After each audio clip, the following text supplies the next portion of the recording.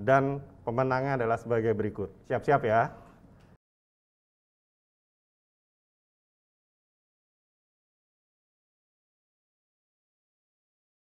Bismillahirrahmanirrahim. Assalamualaikum warahmatullahi wabarakatuh. Salam sejahtera untuk kita semua. Om Swastiastu, Namo Buddhaya, salam kebajikan. Selamat pagi. Yang terhormat, Ketua Umum Pengurus Pusat Ikatan Notaris Indonesia, Ibu Yuwalita Widyadari, Sarjana Hukum Magister Kenotariatan, Certified Indonesian Insurance and Reinsurance Brokers. Yang kami hormati, Sekretaris Umum Pengurus Pusat Ikatan Notaris Indonesia, Bapak Tri Firdaus Akbarsyah, Sarjana Hukum.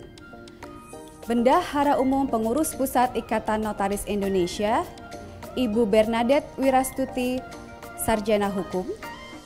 Yang kami hormati, Ketua Bidang Riset dan Pengembangan Teknologi Pengurus Pusat Ikatan Notaris Indonesia, Bapak Aulia Taufani, Sarjana Hukum, yang sekaligus juga bertindak sebagai Ketua Panitia Pengarah pada kegiatan hari ini.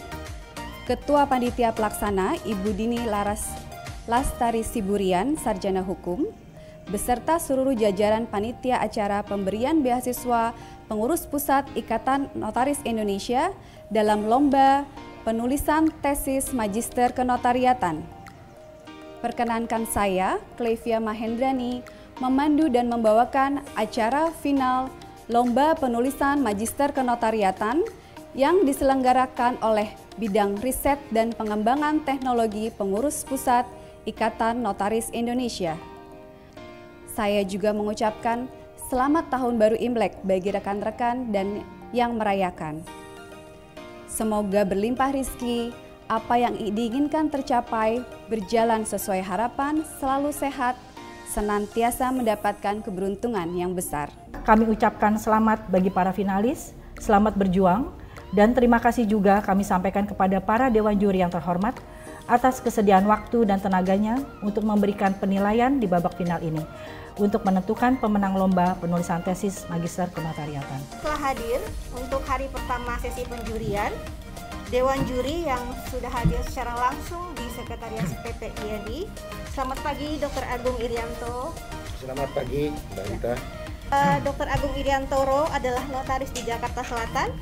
Beliau adalah Ketua Bidang Perlindungan Anggota PPINI dan juga saat ini sebagai dosen di Universitas Pancasila. Kemudian juga sudah hadir Ibu Ane Gunadi. Selamat pagi Ibu Ane. Selamat pagi. Ya, Ibu Ane adalah Ketua Bidang Hubungan Luar Negeri Pengurus Pusat Ikatan Indonesia. Dan Ibu Ane ini orang yang bertanggung jawab atas kesuksesan acara Kongres Internasional Notaris di Indonesia. Luar biasa, kita ajukan aplaus buat Ibu Ane dan rekan-rekan. Di ujung sana yang paling ganteng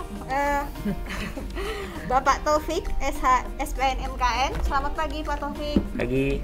Pak Taufik adalah Ketua Bidang Organisasi Pengurus Pusat Ikatan Indonesia. Beliau orang yang paling hafal secara luar kepala untuk anggaran dasar dan anggaran rumah tangga PPINI ya Pak ya. Jadi kalau ada yang mau ditanyakan atau didiskusikan tentang ADART PPINI organisasi, silakan diskusi dengan Pak Taufik, pasti beliau akan secara senang untuk berdiskusi ya Pak. Demikian sekilas saya memperkenalkan tim Dewan Juri. Sudah semangat, kita nggak sabar nanti untuk menilai para finalis. Salam untuk kultur dari Universitas Surabaya. Perkenalkan, saya Yovita Purwanto Putri dari Program Magister Kenotariatan Universitas Surabaya. Selamat siang Mbak Yovita. Selamat siang Bu.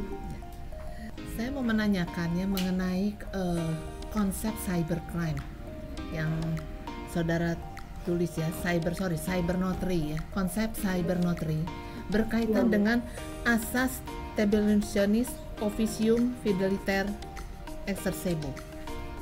Kita sudah tahu ya bahwa dari zaman dulu ya, dari waktu terbentuknya notaris-notaris di Indonesia ya, notaris-notaris zaman Belanda di Indonesia, itu masih menggunakan konsep daripada asas tabulationis ini.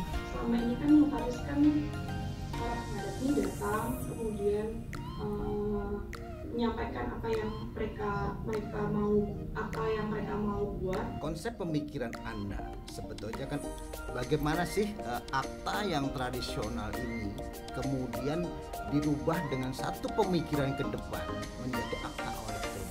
Yang saya temukan itu penambahan pengertian pada pasal 1 Undang-Undang tentang Notaris mengenai pengertian akta elektronik, minta akta elektronik, protokol notaris dalam bentuk elektronik, substempel notaris elektronik, tanda tangan elektronik, dan saksi berjari elektronik. Selamat pagi Mbak Yovita.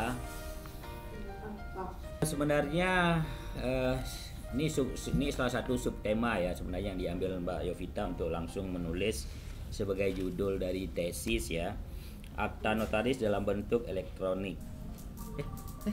Ada acak. Ini sebelah Oke, baik. Ternyata pada kesempatan kedua ini kami silakan kepada Mbak Arum Prabaning Tias. Assalamualaikum warahmatullahi wabarakatuh. Nama saya Arum Prabaning Tias, mahasiswa Magister Kenotariatan Universitas Surabaya. Mbak Arum, tadi Anda kan hanya menyebutkan bahwa keinginan dari yang tradisional ke elektronik. Nah, substansi hukumnya nih yang ingin saya tahu. Dari keduanya ini perbandingan kira-kira apa yang sangat esensi dari dua perbandingan ini?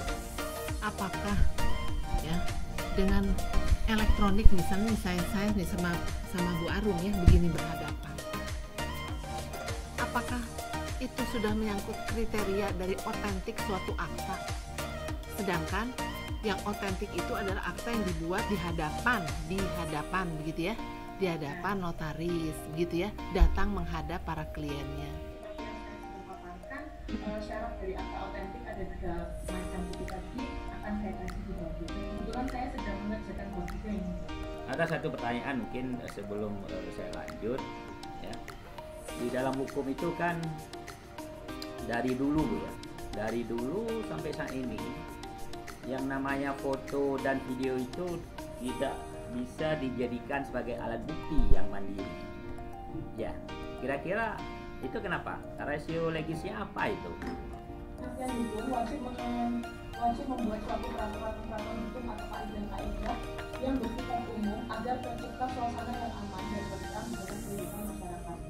Kemudian kepastian hukum merupakan suatu kepastian hak dan kewajiban masyarakat menghendaki adanya kepastian hukum, karena dengan adanya kepastian hukum maka masyarakat dapat lebih tertib dan menjadikan hukum sebagai pedoman dalam berperilaku. Perkenalkan, nama saya Ivon Nurul Fuada, SHMKN, yang kebetulan pada hari ini akan memandu untuk kegiatan selanjutnya, yaitu pemaparan sesi 3 dan pemaparan keempat. Siapa yang akan melakukan pemaparan ketiga? Silakan. Ada siapa nih? Roro. Beril itu. Wes, Beril. Itu yang hadir itu. Saya sebagai generasi muda berharap kenotariatan dapat mengikuti di era revolusi industri 4.0 dan 5.0 dan efisiensi kenotariatan semakin berjalan. Jika saya memenangkan perlombaan ini, saya berharap bisa menginspirasi generasi muda yang lain untuk maju dan berprestasi dengan melakukan kegiatan yang bermanfaat serta bermanfaat untuk kemajuan kenotariatan Indonesia. Peluangkah atau ancaman bagi profesi notaris di era revolusi industri 4.0 dan 5.0? Di era revolusi industri 4.0 ditandai dengan pola digital ekonomi, artificial intelligence, big data, robotik, dan sebagaimana yang memberikan dampak signifikan pada bidang hukum. Ya, Beril.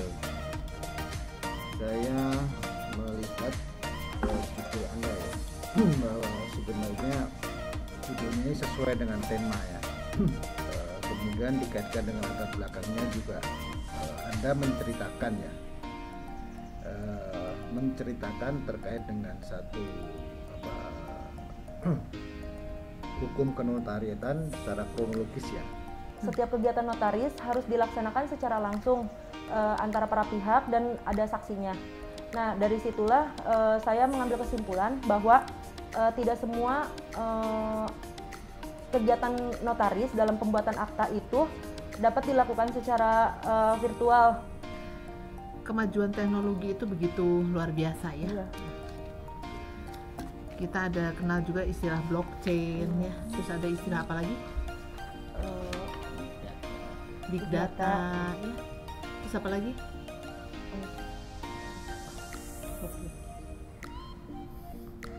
Bisa Anda jelaskan itu? Bagaimana perlindungan ya? Bagaimana perlindungan terhadap data-data tersebut? Jadi big data itu kan sudah dibuat oleh kepengurusan notaris sendiri, Bu. Jadi secara tidak langsung kepengurusan tersebut tuh sudah memikirkan bagaimana jika data-data tersebut bocor. Pada saat masyarakat sangat banyak menghendaki boleh menghadap melalui online, bagaimana notaris ini bisa mempertahankan eksistensinya bahwa menghadap itu harus secara virtual. Karena begitu itu dikabulkan oleh pemerintah misalnya, peran notaris sebagai ahli hukum itu nggak ada guna lagi gitu ya. Mungkin orang IT yang akan berperan ya. Saya lihat sebenarnya ini tinggal dikembangkan aja ya. Lainnya udah bagus, misalnya permasalahan juga ada bagus, cuma nanti dipertajam aja. Nah, latar belakang mungkin harus lebih dipertajam, referensinya mungkin. Kemudian kita akan lanjutkan kepada pemaparan dari finalis berikutnya yang tentunya nanti akan diacak kembali oleh roda keberuntungan ya. Silakan operator untuk mengacak untuk peserta finalis selanjutnya yang akan memaparkan.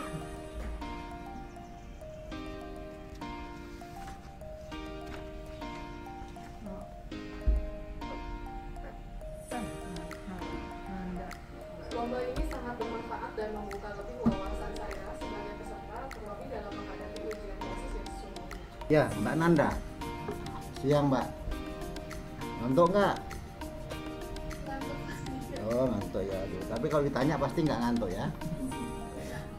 Saya melihat judulnya peran notaris dalam transformasi ya digital dengan rangka dalam rangka kesejahteraan masyarakat Indonesia.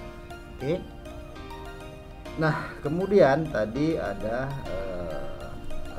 proses tentunya apa disebutkan ada 4.0, 5.0 ada nggak? Ada, Pak. Ada. Oke, nah Anda menulis satu transformasi gitu, judulnya. Tapi yang Anda bahas tentang 4050, ya kan? Tolong dijelaskan dulu bagaimana menerapkan teori perlindungan dan teori kesejahteraan itu.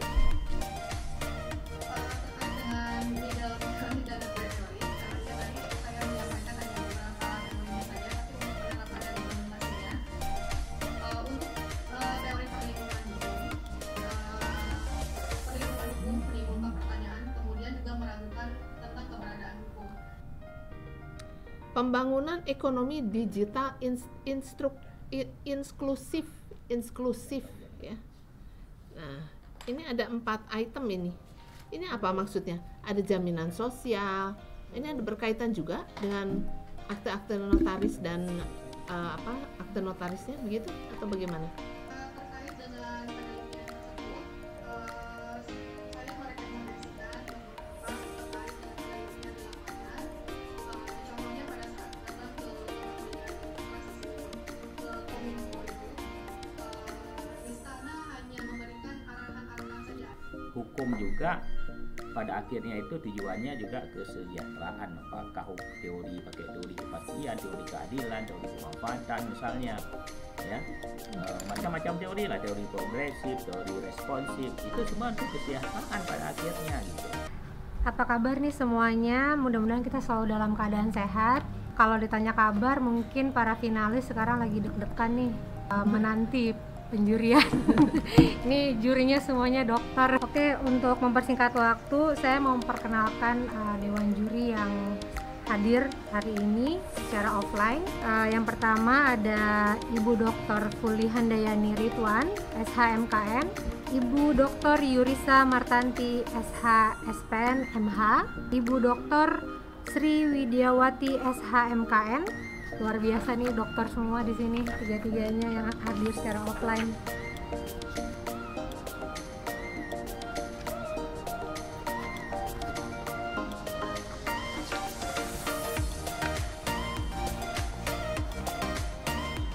Muhammad Iqbal.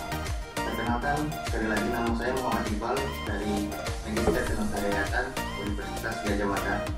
Kita dihadapkan pada kemajuan teknologi, informasi, dan komunikasi. Bagaimana penerapan alat radiologis, Optician Fidelity Accessible bagi pelayanan di era Society 5.0 yang memanfaatkan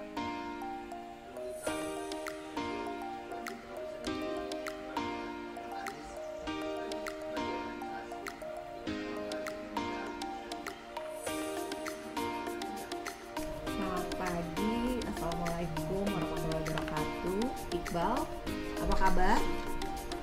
Nah, oke.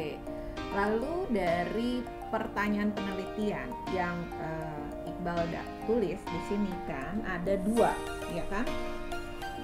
Benar nggak? Asas Tabellionis Officium Fideliter Exercebus bagi notaris yang memberikan pelayanan di era Society 5.0. Penerapan asasnya itu seperti apa? Yang Anda dapat apa? Sejauh ini penerapan asas Tabellionis Officium Fideliter Accessible ini masih berkembang sampai saat ini karena notaris bekerja itu mengikuti yang lalu-lalu. Seperti itu yang Iqbal dapatkan hasil dari wawancara. Berikutnya mungkin pertanyaan-pertanyaan dari Dr. Yurisa bisa langsung. Oke, terima kasih Ibu Moderator, Ibu Dr. Uci. Seharusnya Bu Dr. Muji juga. Jadi berarti di sini karena terpilih jadi finalis, artinya saya sudah nggak banyak tanya lagi seperti nguji proposal nanti ya, serem gitu ya kalau saya nguji proposal tuh terkenal orang takut. Tapi saya baik, suka ngasih kepean. Jadi saya hanya ingin tanya. Untuk menganalisisnya, pisau analisisnya menggunakan asas kepastian hukum. Dari siapa asas kepastian hukumnya? Dari siapa? Banyak kepastian hukum itu ya, banyak sekali. Harus ada satu yang digunakan untuk pisau analisisnya, Mas. Atau mungkin di UGM nggak perlu ya kita menggunakan pisau analisis dengan pisau analisis kepastian hukum itu menganalisis bab 4 itu seperti apa. Rasa-rasanya kalau tesis itu ya, saya sih udah hampir berapa ya ratusan saya nguji tesis, nguji proposal. Mestinya ada kepastian hukum untuk menajamkan analisisnya supaya pas nanti dasolen dasayen ketemu dengan rumusan masalah. Perbedaan dasolen dan dasayen ketemu rumusan masalah dianalisis dengan pisau analisis yang tepat pasti akan dapat kesimpulan yang tepat. Setujukah Anda bahwa kita notaris ini tetap mempertahankan asas Tabellionis? Saya setuju melihat dari sisi tradisional kebiasaan dalam pemberian kewenangan. Baik, saya lanjut ya Iqbal. Jangan stres-stres. Kamu stres ya kelihatan deh. Ini aja Iqbal, saya nggak banyak-banyak tanya ya. Sebetulnya apa sih keresahan kamu ya dengan mengangkat tema ini?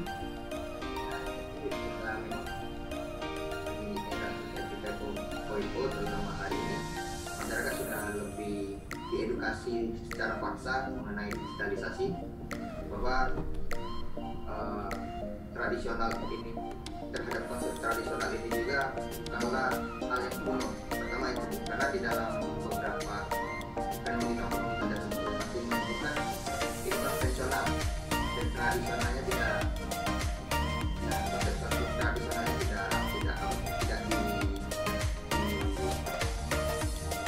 dijelaskan secara konkret tradisional yang seperti apa. Dan yang namanya suatu pembaharuan di masyarakat ini kan,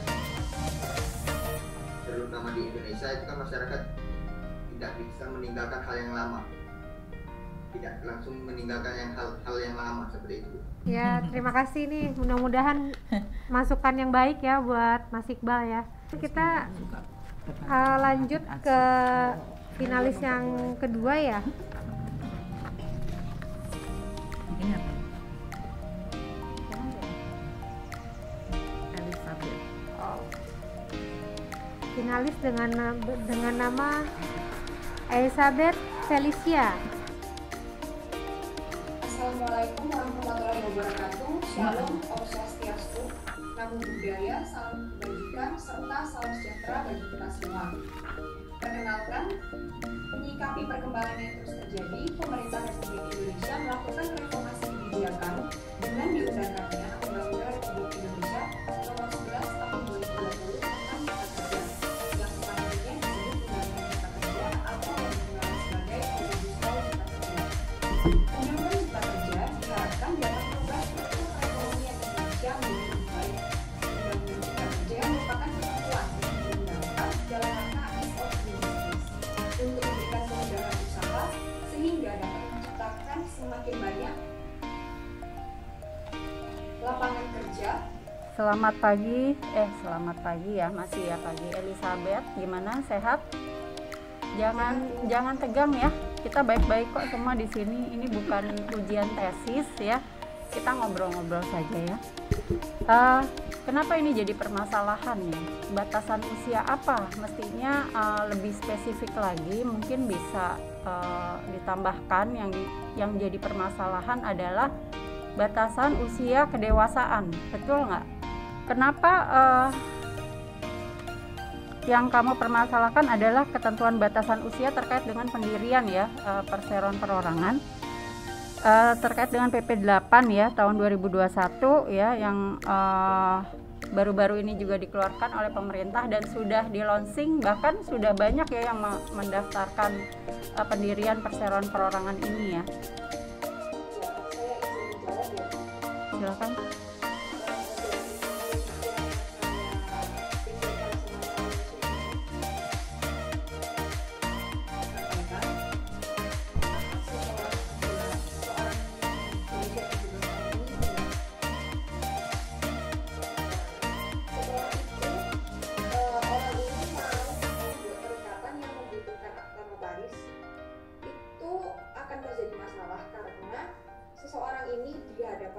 Masih belum berusia 18 tahun sesuai dengan ketentuan Undang-Undang Jabatan Notaris, tetapi di sisi lain juga orang itu sudah punya hak untuk mengatur dan mengurus sendiri perseroan perorangan karena dia juga sudah memiliki izin untuk mendiri sebagai pendiri perseroan perorangan. Assalamualaikum warahmatullahi wabarakatuh. Terima kasih Bu Dr. Uci. Elizabeth dari Universitas Surabaya. Ketentuan batas usia berkaitan dengan pembuatan akta perseroan perorangan dalam peraturan pemerintah nomor 8 tahun 2021. Ini kan hanya das solen. Das sayangnya mana Mbak? Dibandingkan dengan apa? Lalu kegalauan Anda, kegalauan Elizabeth ini untuk menulis tesis, menganalisis belum tampak. Kegalauannya apa? Dari judul belum tampak. Jadi ini sedikit judul aja saya udah nggak dong kalau anak saya bilang ini nggak dong mama. Ya. Cuma satu kalimat dasayan aja ini yang disebut. Dasolon saja yang disebut. Ketentuan umur pertentangannya apa? Sebuah tesis harus ada pertentangan yang akan dianalisis itu. Nulis sendiri kagak nih? Nulis. Padahal ini udah lulus ujian proposal loh ini. Kemudian berikutnya dari Ibu Dr. Suli, silakan. Baik, selamat pagi Elizabeth. Selamat pagi. Nggak sedih kan? Enggak, sama jadi betul. Jadi masukan ini kan sebenarnya masukan-masukan yang baik ya untuk tulisan Elizabeth itu sendiri. Baik.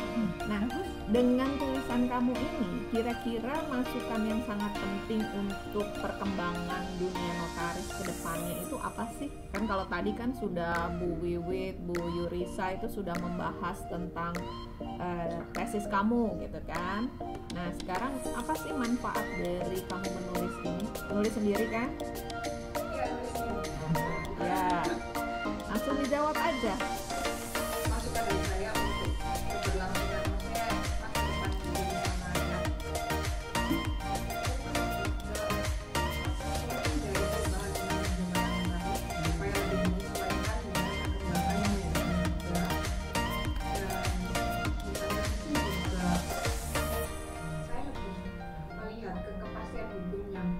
Oke, dengan kepastian hukum justru saya tertarik loh Mbak. Dari pertanyaan penelitian kamu, apakah perlu tunduk? Nggak boleh Mbak mempertanyakan perlu tunduk, karena peraturan perundang-undangan itu sudah harus berlaku umum. Jadi kayak pertanyaan penelitian ini adalah harus direformulasi lagi. Dari saya sih cukup ya Ibu Moderator, semoga masukan dari kami ini bermanfaat buat Mbak Elizabeth.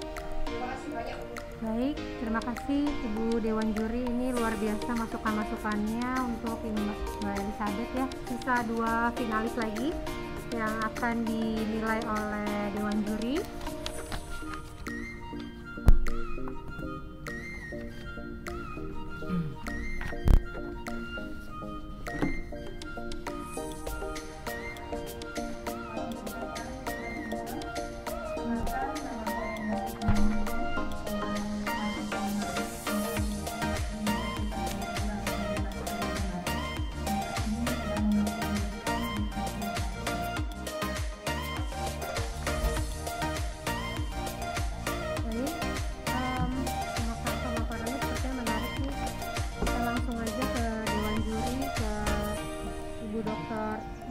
Wiwit untuk memberikan masukan.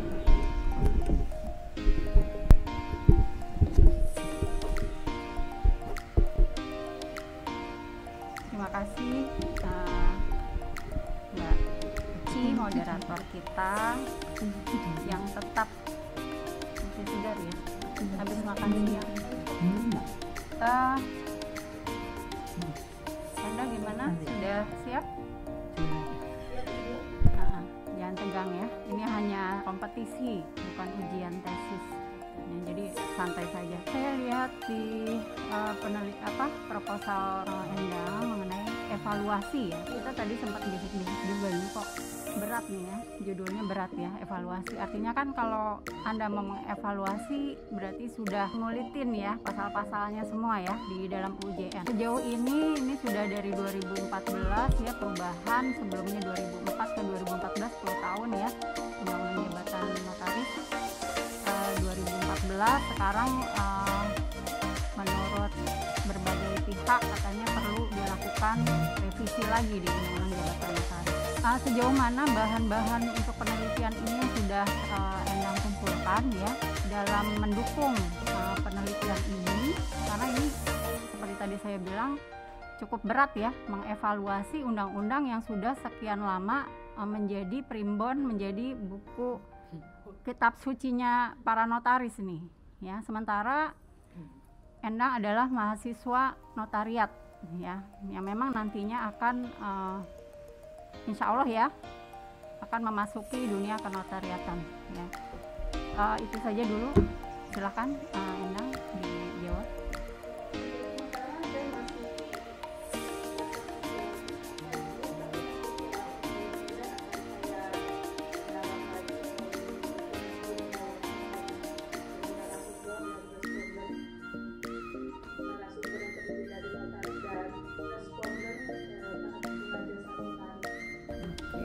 Baik, selamat siang Mbak Endah Kusumaningrum ya. Mbak Endah ini sudah sampai di tahap apa menulisnya? Oh, proposalnya tapi sudah lulus ya? Oh, baru akan diseminarkan. Jadi baru. Kemarin kita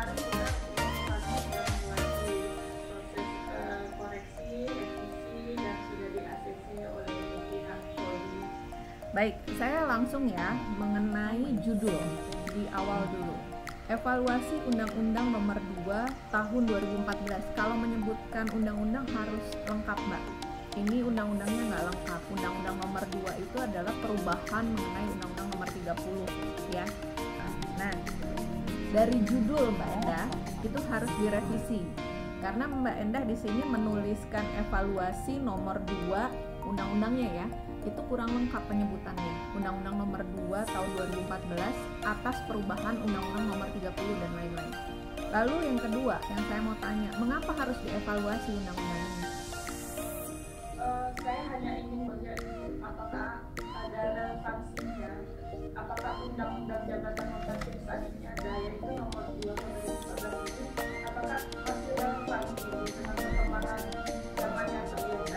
kayak gitu kalimat evaluasi tidak tepat di awal.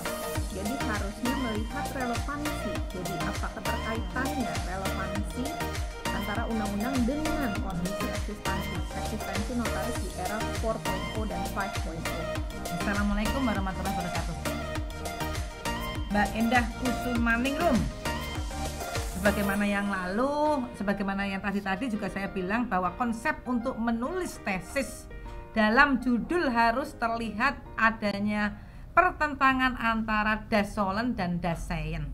Antara Dasolen dan Dasein itu harus terlihat pertentangannya, kemudian tugas Mbak Endah untuk menganalisis dengan pisau analisis gitu loh Mbak ya. Makanya ini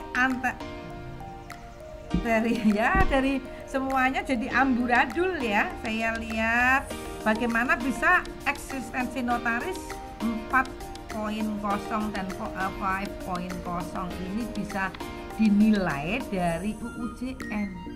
Jauh sekali, lahirnya pun jauh UUJN dengan era industri 4 maupun 5.0 ya. Mau mengevaluasinya dari kacamata mana? Rumusan masalah, apakah Undang-Undang Nomor 2 Tahun 2014 tentang Jabatan Notaris masih relevan?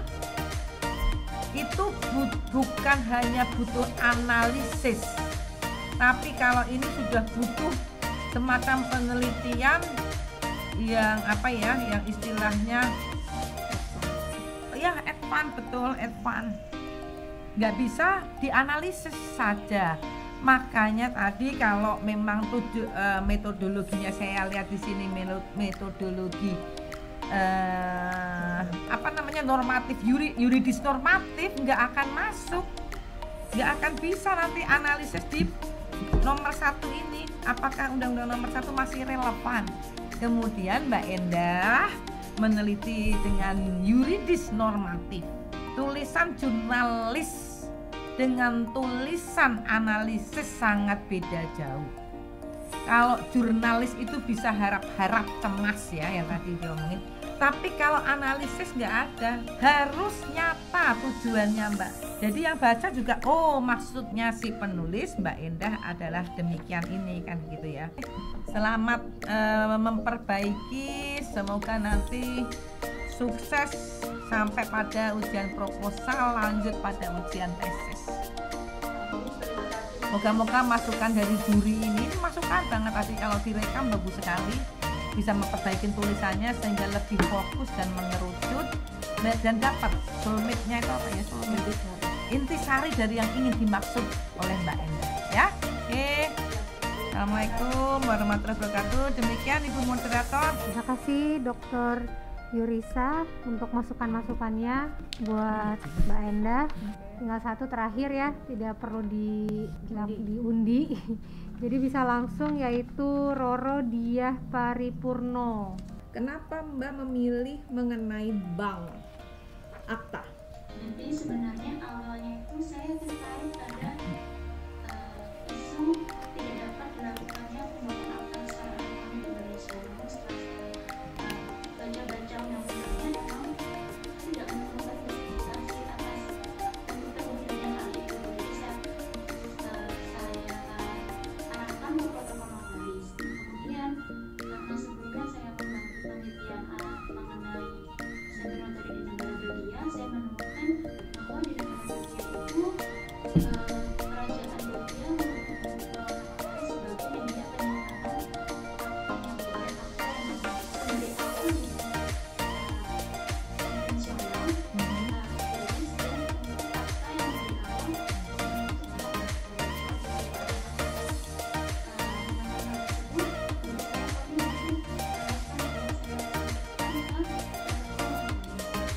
Saya senang mendengarnya Anda punya pembanding dengan Belgia. Itu tolong dimasukkan kalau bisa sebagai pembanding untuk ini karena masih bisa berkembang ya di dalam tulisan Anda, masukkan perbandingan yang sudah menggunakan bank akta di Belgia. Walaupun itu kalau diterapkan di Indonesia hanya untuk protokol gitu kan. Maksudnya kan kita menjaga kerahasiaan dan lain-lain, itu kan juga tantangan tersendiri untuk notaris di Indonesia. cyber notary itu konsepnya bukan seperti itu sih sebenarnya. Cyber notary itu kan adalah paperless memang gitu ya, tapi tanggung jawabnya tuh melekat kepada si pejabat umumnya itu sendiri.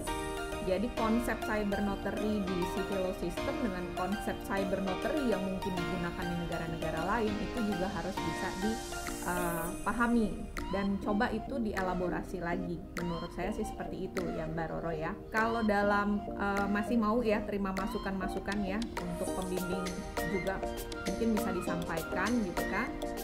Walaupun ini misalnya masih sebuah konsep gitu kan, Anda menawarkan konsep yang misalnya bisa direalisasi entah nanti misalnya 5 tahun ke depan atau 10 tahun ke depan, kita nggak tahu dalam perkembangan zamannya itu seperti apa. Dan yang satu nih sebelum saya menyelesaikan pertanyaan adalah apa sih manfaatnya untuk notaris di Indonesia?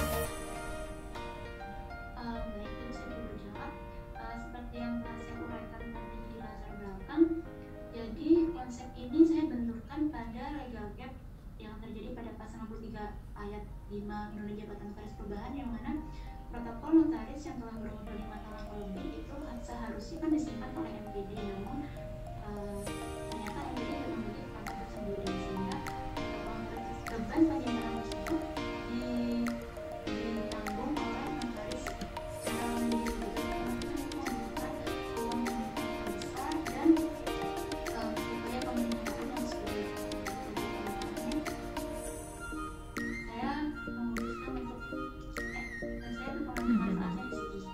Oh gitu. Jadi ini bisa applicable atau enggak? Bang ini.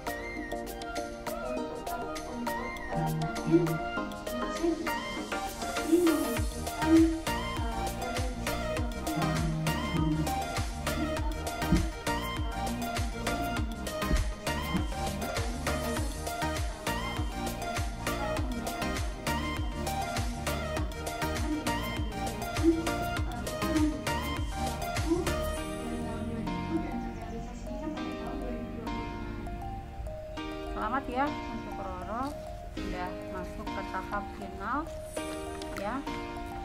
Gimana? Ingin nggak menang? Tetap semangat ya. Tadi judul penelitian Roro adalah konstruksi hukum ya, Bank Akta Notaris sebagai pusat pemeliharaan data. Sebenarnya istilah Bank Akta Notaris ini didapat dari mana ya? Bisa dijelaskan nggak? Karena dari Belgia kan? Enggak, kalau memang ngambil dari negara Belgia mungkin bisa dijelaskan gimana istilah itu. Karena kalau dilihat dari tabel perbandingan originalitas penelitian ini, di dalam penelitian sebelumnya ini tidak muncul ya istilah Bank Akta ini. Gitu. Apakah ini kreativitas dari Roro sendiri ya, membuat definisi sendiri ya untuk menggambarkan bahwa notaris ini butuh loh penyimpanan secara digital gitu ya, ruang penyimpanan secara digital dalam istilah ya, biasanya kalau yang namanya penyimpanan itu ya bank atau apa. Bagaimana Roro menjelaskan ini? Silakan.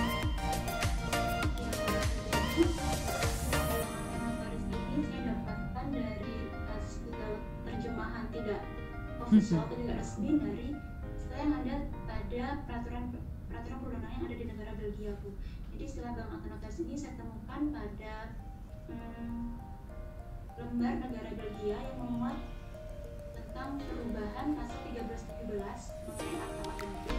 Di situ termuat istilah Bank Akta Notaris, kemudian di dalam undang-undang organisasi notaris itu juga termuat itu, dan di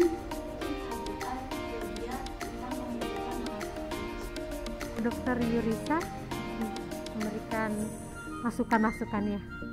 Oke, terima kasih Bu Dr. Uci. Assalamualaikum warahmatullahi wabarakatuh. Mbak Roro, saya lagi nulis jurnal mengenai ini nih.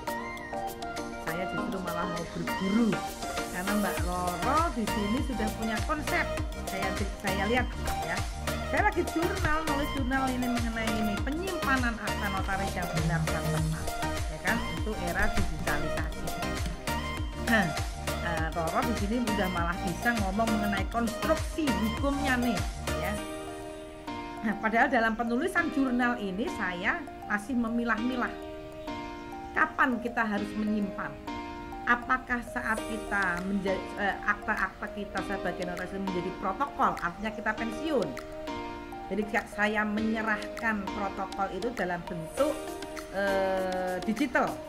Ataukah sejak saat saya menulis kemudian itu digitalisasi, ataukah yang berusia 25 tahun saja. Nah, itu baru saya pilah-pilah, karena di Indonesia ini 112 tahun ikatan notaris, ya, notaris ini ada. Artinya kita udah 100 tahun, lalu bagaimana yang dulu-dulu kekuatan hukumnya, kan gitu. Terus saya pikirkan lagi bahwa ini dokumen negara.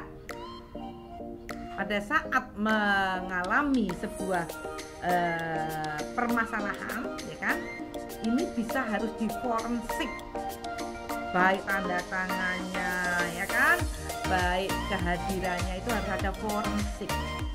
Nah, apakah digitalisasi penyimpanan itu juga mengakomodir mengenai forensik? Karena fungsi akta notaris ini adalah alat bukti yang sempurna, kan begitu. Itu yang ketiga.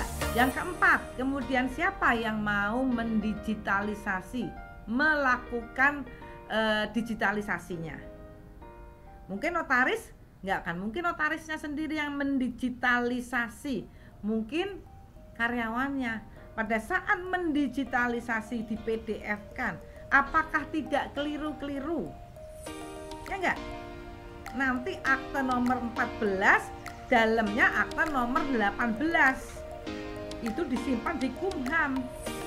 Kalau menurut konsep Mbak Roro disimpannya di Kumham katanya. Nah, bagaimana Kumham juga bisa masuk ke dalam dokumen kita? Ataukah mereka hanya menerima saja, ataukah dia melalui reportorium yang kita kirim? Kan selama ini kita harus mengirim data kan, setiap tanggal 10 kita harus mengirim, setiap bulannya harus mengirim akta-akta yang kita buat. Apakah mencocokkan? Siapa yang mencocokkan agar otentisitasnya tetap terjaga, kan begitu. Konsep apa yang Anda tawarkan terhadap penyimpanan, entah itu penyimpanan protokol, artinya yang sudah lewat 25 tahun, artinya sudah pensiun, atau existing juga notaris pada saat membuat langsung di foto-foto atau di PDF atau di apa-apain. Dan penelitian.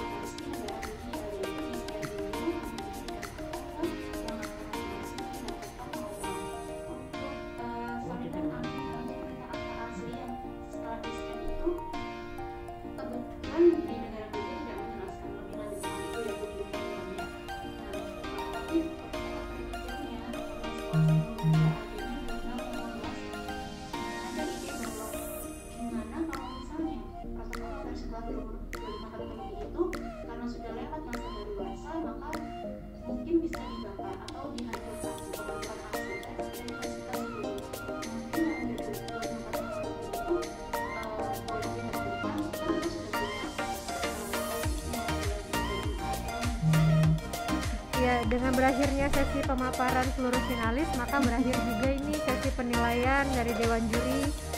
Apakah para Dewan Juri dan Ketua Panitia sudah siap? Gimana para finalisnya? Saya deg-degan semua nih, mukanya tegang ya. Kami persilahkan kepada Dewan Juri dan Ketua Pelaksana dan Ketua Pengarah, Panitia Pengarah untuk menyampaikan pengumuman pemenangnya. Silahkan. Pertama-tama kami ucapkan terima kasih atas partisipasi yang tidak kenal lelah dari para peserta dan para dewan juri yang ada di samping juga moderator yang juga mendampingi proses ini juga kami ucapkan terima kasih. Dengan tanpa mengurangi rasa hormat dari apa ikhtiar yang telah dilakukan oleh para peserta, tentunya kami tetap harus menetapkan siapa di antara kalian yang menjadi pemenang dalam penulisan tesis magister penotariatan ini. dan pemenangnya adalah sebagai berikut. Siap-siap ya. Untuk harapan ketiga, Endah Kusumaningrum dari Universitas Tanjung Pura. Berikutnya, untuk harapan kedua, Elizabeth Felicia dari Universitas Surabaya. Sama. Untuk harapan ke-1, Yovita Purwanto Putri dari Universitas Surabaya. Untuk juara ketiga, Arum Prabaningtyas dari Universitas Surabaya. Untuk yang juara kedua, Muhammad Iqbal dari Universitas Gadjah Mada. Dan inilah yang berhak menyandang juara pertama program penulisan tesis magister kenotariatan yang pertama kali diadakan oleh pengurus Pusat Ikatan Notaris Indonesia. Selamat kepada Roro Diah Paripurno dari Universitas Brawijaya yang telah memberikan presentasinya dengan baik. Untuk Nanda Dwi Rizkia dan Berry Rahmat Anggriani juga kami ucapkan terima kasih atas partisipasinya, dan tentunya nanti akan juga disampaikan apresiasi dari panitia. Selamat kepada para pemenang. Untuk selanjutnya adalah pemberian hadiah kepada Ibu Dini Lastari Siburian Sarjana Hukum. Kami mohon untuk berkenan memberikan hadiah kepada pemenang harapan 1, 2, dan 3. Untuk pemenang harapan 3 adalah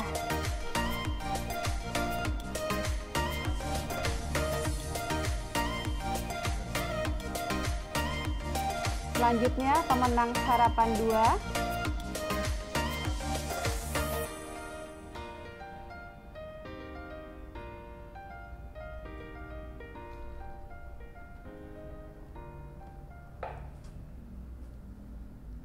selamat. Dan dilanjutkan pemenang harapan ketiga. Maaf, pemenang harapan pertama.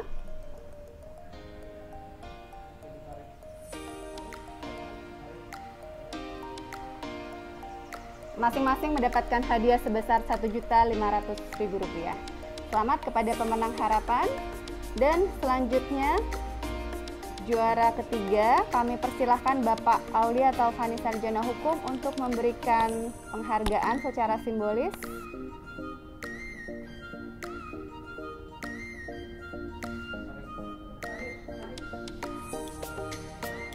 Selamat untuk juara ketiga mendapatkan hadiah sebesar Rp2.500.000. Selanjutnya kami minta kepada yang terhormat Ibu Wirastuti, Bendahara Umum Pengurus Pusat Ikatan Notaris Indonesia, berkenan memberikan hadiah kepada juara kedua sebesar Rp4 juta. Oke, selamat Muhammad Iqbal atas hadiah yang diperoleh. Untuk selanjutnya, sebelum penyerahan hadiah kepada pemenang pertama, kami meminta Roro Diah Paripurno untuk memberikan sepatah dua patah kata mewakili para peserta dan finalis lomba. Mbak Roro bisa menyalakan mikrofonnya. Baik, sebelumnya saya ucapkan terima kasih kepada pengurus Pusat Ikatan Notaris Indonesia karena telah menyelenggarakan kegiatan ilmiah yang sangat menyenangkan. Kesan dan kesan yang saya dapatkan, respon dari panitia cukup memuaskan, sehingga dalam menjawab pertanyaan-pertanyaan dari masyarakat saat mempersiapkan untuk acara dari hari kemarin dan sekarang tuh cukup responsif. Saya terima kasih, dan untuk para ibu juri, terima kasih atas masukan-masukannya yang diberikan kepada saya, dan nanti selanjutnya saya sangat membantu sekali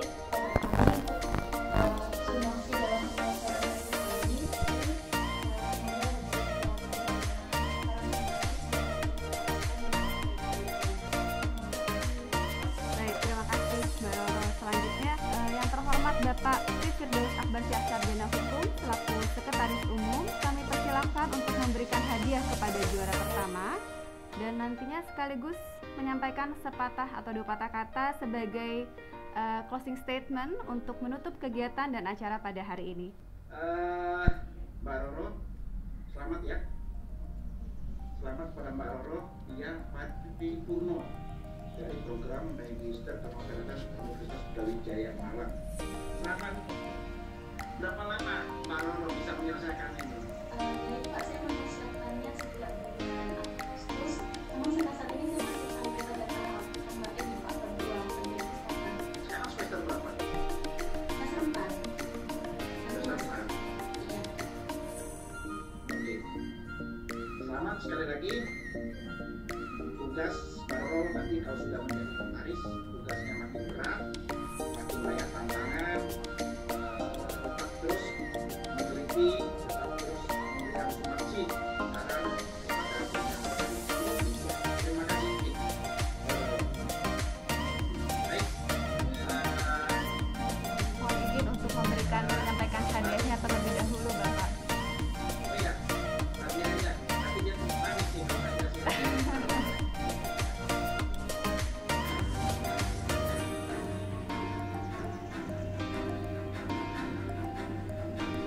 Selamat Mbak Roro mendapatkan hadiah sebesar Rp7.500.000. Semoga bermanfaat.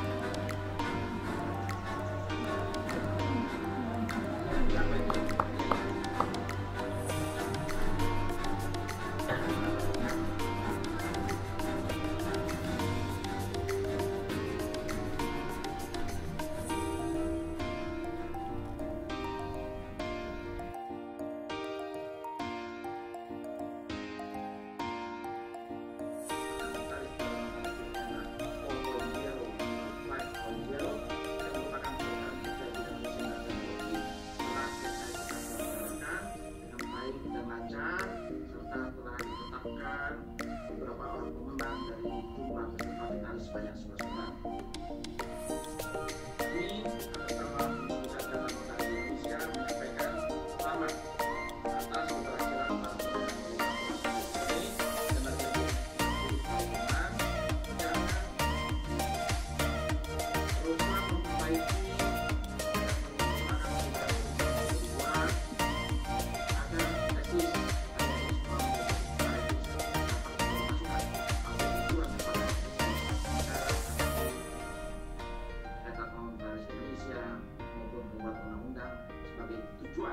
dari pemberian beasiswa ini.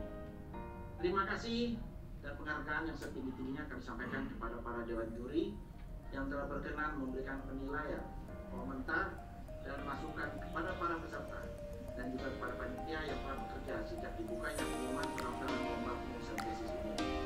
Dalam kesempatan ini kami atas nama BPDI dan seluruh panitia pelaksana yang terlibat baik langsung maupun tidak langsung menyampaikan permohonan maaf yang sebesar-besarnya apabila dalam penyelenggaraan ketika ini masih dapat terdapat kekurangan dan ketidaknyamanan yang dirasakan baik oleh peserta. Semoga pemberian beasiswa ini dapat menjadi program kerja yang rutin diselenggarakan oleh Kementerian Pendidikan dan semoga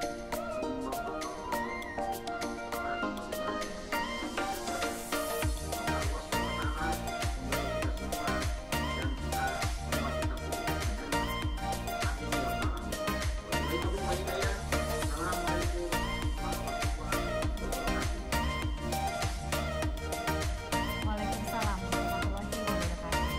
Terima kasih Bapak Tridrius Akbarsyah selaku Ketua Umum Pengurus Pusat Ikatan Notaris Indonesia. Demikianlah acara demi acara telah kita lalui bersama.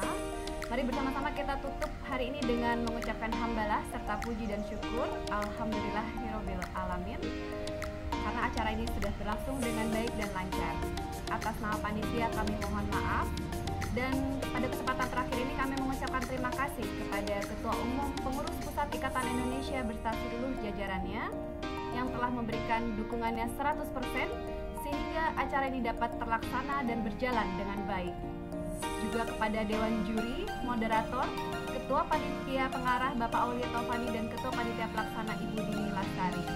Tidak lupa kami sampaikan terima kasih kepada Dr. Tuku Abdurrahman, Dr. Fitra Deni SHMKN Master of Science, Bapak Wimpri Suwiknyo, Sarjana Hukum, Dr. Sugi Haryati, SH MKN, Ibu Ana Yulianti, SH MKN, yang bertindak sebagai koordinator penilaian dan penjurian, serta seluruh rekan-rekan panitia dan finalis dan tamu yang hadir pada Zoom hari ini. Sebelum acara ini kami akhiri dengan bersama-sama kita akan menyanyikan lagu Bagimu Negeri. Saya Slesir Mahendrani selaku pembawa acara pada hari ini mengucapkan terima kasih dan mohon undur diri.